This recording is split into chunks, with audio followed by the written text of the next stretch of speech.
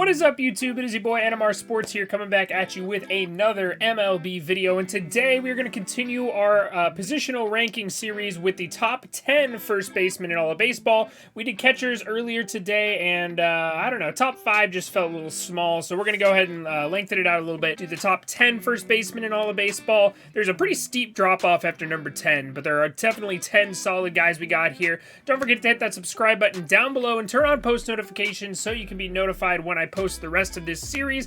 I think next we're going to go over to third base, go corner to corner. So let me know down in the comments below which position you want me to do next, and let's get right into the video. Start talking about the top 10 first basemen in all of baseball.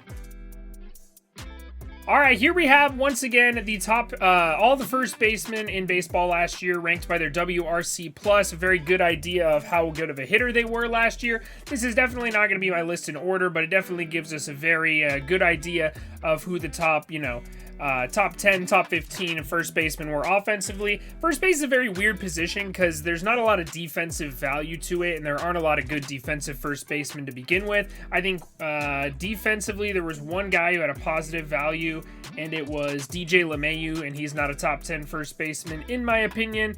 I also do value power a lot at the first base position. Obviously, it's usually a guy who's going to hit in the middle of the lineup. Some of these guys aren't necessarily power hitters, but definitely being a power hitter, in my opinion, makes you a better candidate for the top of this list. We're going to start off with the number 10 first baseman. That is Yuli Gurriel of the Houston Astros. Yuli Gurriel might be my least favorite player in all of baseball, but he is a damn good hitter. 30th percentile in outs above average, so he's not necessarily an elite defender, but that bat is very, very good. Doesn't hit for a whole lot of power. I think he had, 15 home runs last year and 530 at-bats, so not a huge power threat, but definitely a solid guy up there. Really, really difficult out. 98th percentile in strikeout, in K percentage, I should say. 63rd in walks, so he's definitely has a very good eye at the plate and really good at putting that ball in play, hitting to all fields, so very good. Not the best first baseman in all of baseball, but a very solid guy. Very tough out. If your team's ever played the Astros, you know that this guy does not go down easy.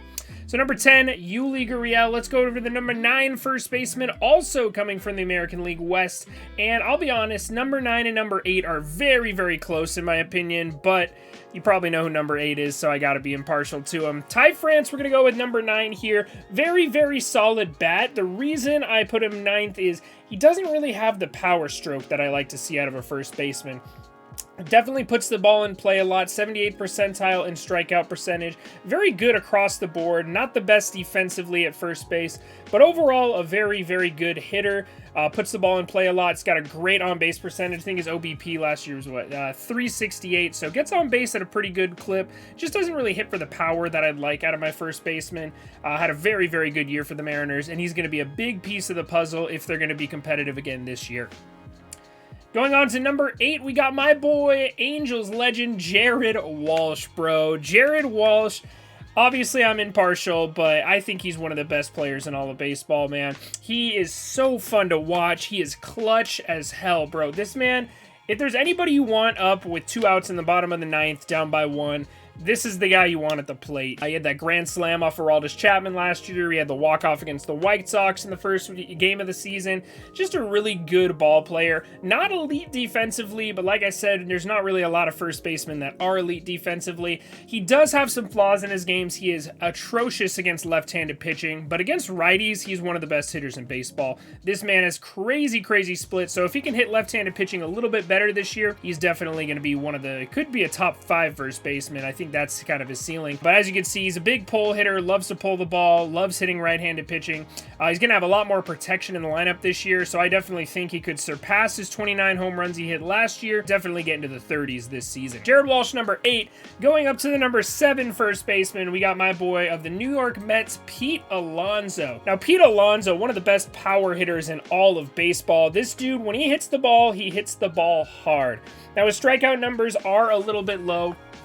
or a little bit high, sorry, I should say. So he's kind of a 3 true outcome guy, but he's definitely one of the better first basemen in all of baseball. 74th percentile and outs above average as well, so he can defend a little bit over there at first base. I could definitely see him being, you know, a top 3 first baseman going into next season. Did have a little bit of a down year, though. 37 home runs, nothing to scoff at, but he's definitely a kind of guy I expect to be in the 50s every year. Dude's an absolute stud, and with that New York Mets roster being as good as it is now, I think he's going to do even better this year. Huge guy to invest if you're into fantasy baseball. Pete Alonso's your guy this year. Going into number 6, the longtime great Cincinnati Reds legend Joey Votto. Now, Joey Votto had a monster year last year. 36 home runs out of the lefty. Dude was an absolute stud. 375 on base percentage. He's 97th percentile in walks. This dude has one of the best eyes in MLB history. This man is an absolute stud. Pretty decent glove at first base. Nothing too crazy, but not a nuisance out there for sure. Does not swing at pitches out of the zone. Man is just an absolute stud. Joey Votto's been carrying that franchise on his back for way too long, and I'm kind of feeling bad for him with how bad the Cincinnati Reds did this offseason, trading away all their good players. But Joey Votto's still hanging out over there in Cincinnati. I would consider him the 6th best first baseman. Shut up, Siri. I would consider him the 6th best first baseman in all of baseball.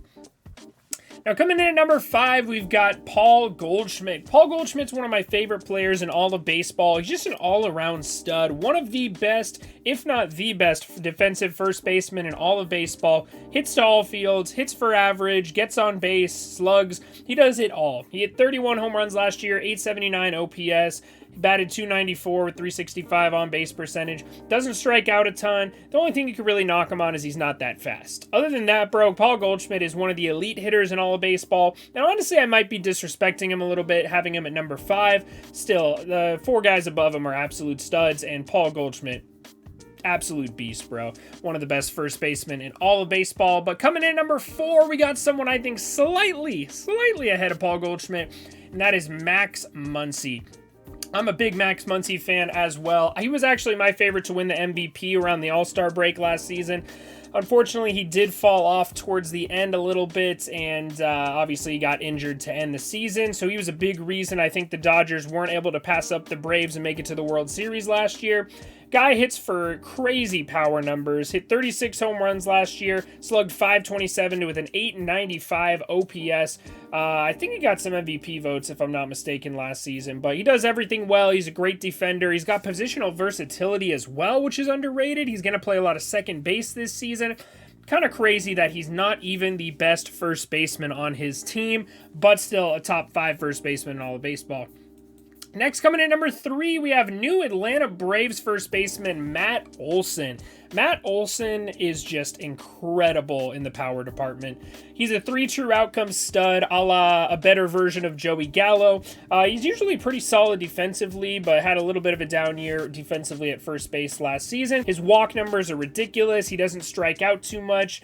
But my God, dude, can this guy hit for power? 39 home runs last year, slugged .540 with a .911 OPS.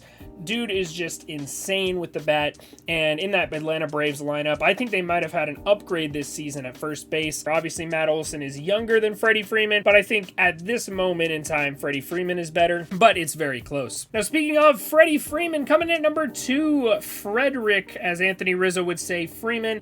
Freddie Freeman had a better defensive year at first base than Matt Olson, and overall, I just think he is a slightly better hitter than Matt Olson. He hits to all fields, he puts the ball in play, which is an underrated part of the game nowadays. Hits for average, hit exactly 300 last season, slugging over 500, OPS in the ballpark of 900. Dude's just been a solid first baseman and a solid hitter for the however long he's been in the league for. He's entering his age 33 season, so it's going to be interesting to see how long he can hold this up. Obviously, he just signed a big contract with the Dodgers, but I think he is currently the 2nd best first baseman in all of baseball with how good he is with the glove and how good he is with the bat. Now that leads us to to probably the third best hitter in all of baseball, Vladimir Guerrero Jr. Of course, as an Angels fan, I'm conflicted here because, you know, we had the MVP race with Shohei Ohtani where, you know, Ohtani was the clear favorite, unanimous MVP, don't mean to brag. But, you know, I love the Guerreros, man. Vladimir Guerrero, Angels legend, the first Hall of Famer to be wearing an Angels hat in his induction. So Vladimir Guerrero holds a special place in my heart. This dude can absolutely rake. 99th percentile in average exit velocity, 99th percentile in max exit velocity, 98th percentile in hard hit. This dude is like, literally his spray chart is ridiculous, man. This guy can hit to all fields. He can hit for average. He slugged over 600 last season. That's insane. And finished the season with an OPS over 1,000. If Shohei Ohtani didn't exist, this guy would have been the unanimous MVP. And honestly, he should have been the unanimous second place MVP, in my opinion. But man, Vladimir Guerrero Jr., what an absolute stud. And I think he is the best first baseman in baseball going into the 2022 season. Now, let me know if you agree or disagree with my picks. Obviously, there's definitely room for some fluidity. The top 5 is stacked at first base right now. A lot of power hitters, a lot of solid defenders. But obviously, like I said, I don't value defense too much at first base. If you like MLB content, don't forget to hit that subscribe button down below. Turn on post notifications so you can know when I post the rest of this series, and I'll catch you guys all in the next one.